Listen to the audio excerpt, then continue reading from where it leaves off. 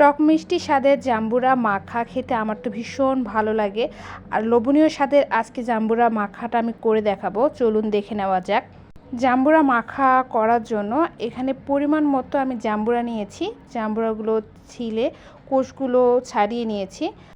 জাম্বুরা খাওয়া আমাদের শরীরের জন্য ভীষণ উপকারী। এতে রয়েছে vitamin C, vitamin B. Vitamin C আমাদের শরীরের জন্য ভীষণ উপকারী। সব বয়সের মানুষরাই চাইলে জাম্বুরা খেতে পারে। তো জাম্বুরা ভর্তার জন্য এক সাইডে জাম্বুরাগুলো আমি নিয়ে নিলাম। আর এখন আমি ভর্তা বানিয়ে নিব, তার জন্য নিয়েছি শুকনা মরিচ। প্রথমে শুকনা মরিচটা নিতে হবে। আর নিয়ে নিলাম সাদা লবণ। এখানে কিছু বিট লবণ দিয়ে দিব, আর তার জন্য লবণটা পরিমাণ মতো দিয়ে দিব। লবণ আর শুকনো মরিচ ভালোভাবে হাত দিয়ে মাখিয়ে নেওয়া হয়ে গিয়েছে।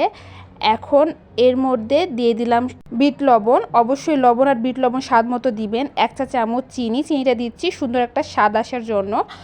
1 টেবিল চামচ পরিমাণ কাসুন্দি দিয়ে দিলাম। কাসুন্দিটা অবশ্যই দেওয়ার চেষ্টা করবেন। আর 1 চা চামচ পরিমাণ সরিষার তেল দিয়ে দিলাম, আর সামান্য ধনিয়া পাতা দিয়ে দিচ্ছি। ধনিয়া পাতাটা সুন্দর একটা ফ্লেভার নিয়ে আসবে। এভাবে হাত দিয়ে চটকিয়ে মশলার সঙ্গে ধনিয়া পাতাটা ভালোভাবে মিশিয়ে নিলাম। এরপর হাত দিয়ে জাম্বুরাগুলো ভালোভাবে মাখিয়ে নিতে হবে। তো আলতোভাবে মাখাতে হবে, একটু চাপ দিয়ে মাখালে জাম্বুরাগুলো একটু রস বের হবে। এভাবে জাম্বুরা ভর্তা করলে জাম্বুরার টেস্ট অনেক ভালো আসে। দেখতেই পাচ্ছেন কতটা লোভনীয় দেখাচ্ছে। এভাবে জাম্বুরা মাখা করলে যে কেউ এই ভর্তা বা মাখা খেতে ভীষণ পছন্দ করবে। দেখতেই পাচ্ছেন কতটা লোভনীয় হয়েছে। বাজারে প্রচুর পরিমাণে জাম্বুরা পাওয়া যাচ্ছে, আর এইটাই আমার কাছে মনে হয় জাম্বুরা খাওয়ার পারফেক্ট সিজন। আশা করছি আমার এই জাম্বুরা মাখাটা আপনাদের কাছে ভীষণ ভালো লাগবে।